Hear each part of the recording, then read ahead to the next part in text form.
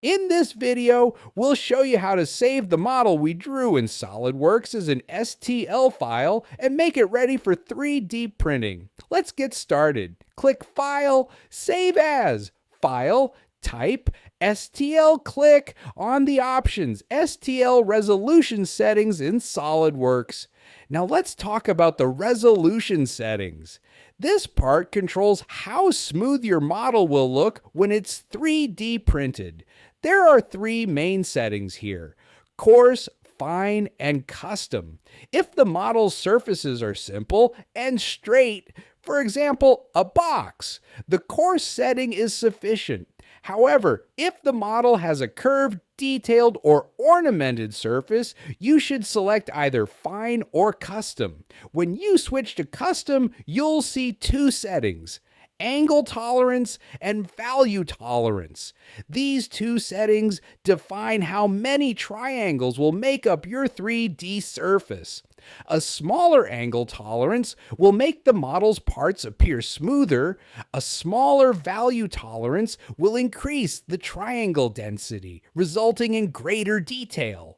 For example, if you're printing a toy with a detailed face, the angle could be 5 degrees and the value 0.01 millimeter.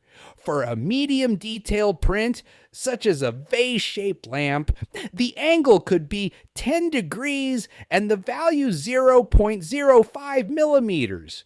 For a large, simple piece, an angle of 15 degrees and the value 0.1 millimeter is usually sufficient. Now let's talk about the output type options: binary and ASCII. Binary and ASCII. ASCII means the file is stored as plain text.